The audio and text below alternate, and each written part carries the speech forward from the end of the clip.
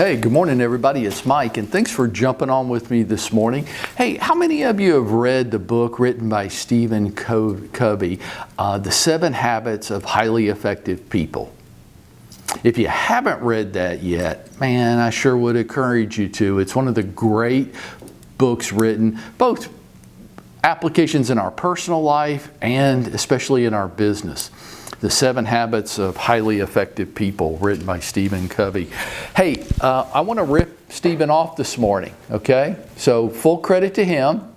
I want to talk about the 7 habits of highly effective real estate agents. See? So, Stephen, thank you for allowing me to rip you off this morning. But I jotted these down last night because I think they're so important. And I hope you'll follow along with me and maybe make some notes. And if you're not able to do that, maybe you're driving right now, this call is recorded and hosted on my Facebook group page, The Path to 20 Million, so you can revisit it.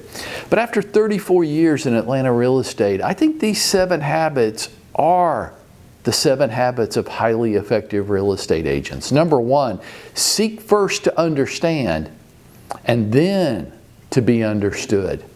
Have you ever been talking with somebody, speaking with somebody, and you're telling them something that's going on or has gone on in your life, and they keep one-upping you? Maybe you went to the beach with your family and they go, oh yeah, we did a bigger and better beach vacation.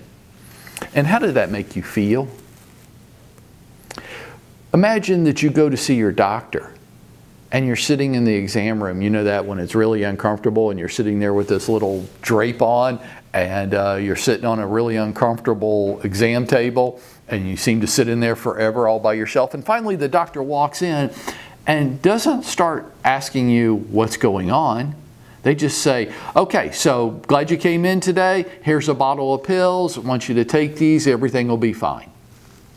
Would you take those pills? The doctor didn't ask you what's wrong with you, how long it's been going on, was there a cause of it?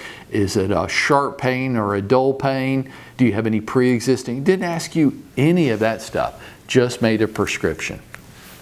Hey, with us and our customers, seek first to understand them, to thoroughly understand where they're coming from, what they want, what's important to them, and why it's important to them. And try to keep us out of the conversation as much as possible. I know what you've all been taught, that you have to go in there and you have to have this magnificent presentation and you have to convince them that you're the greatest real estate agent that's ever walked this planet, and that's not true.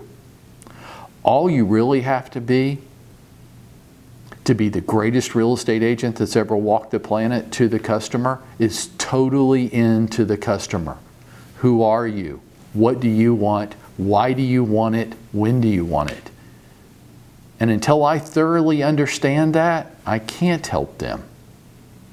The second habit of highly effective real estate agents, they treat their business like a business. Sounds simple, right? Incredibly hard.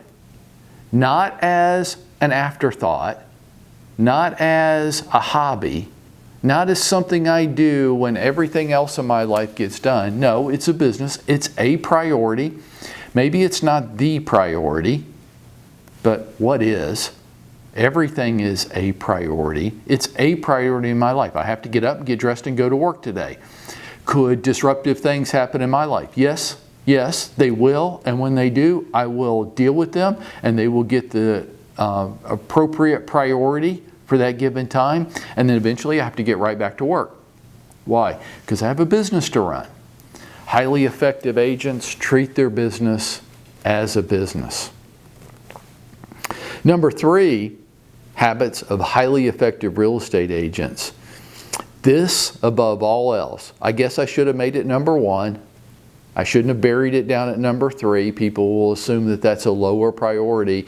It is not. This above all else. Be consistent.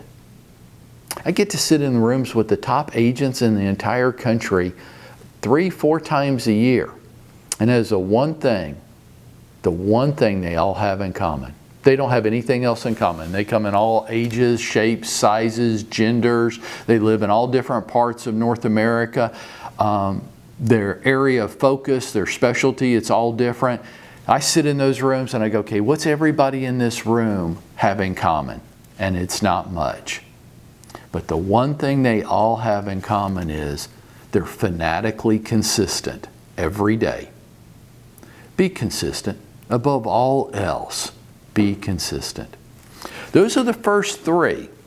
Join me tomorrow morning. We're going to go through the next 4 habits of highly effective people so that we can go out there and we can make it happen for ourselves today.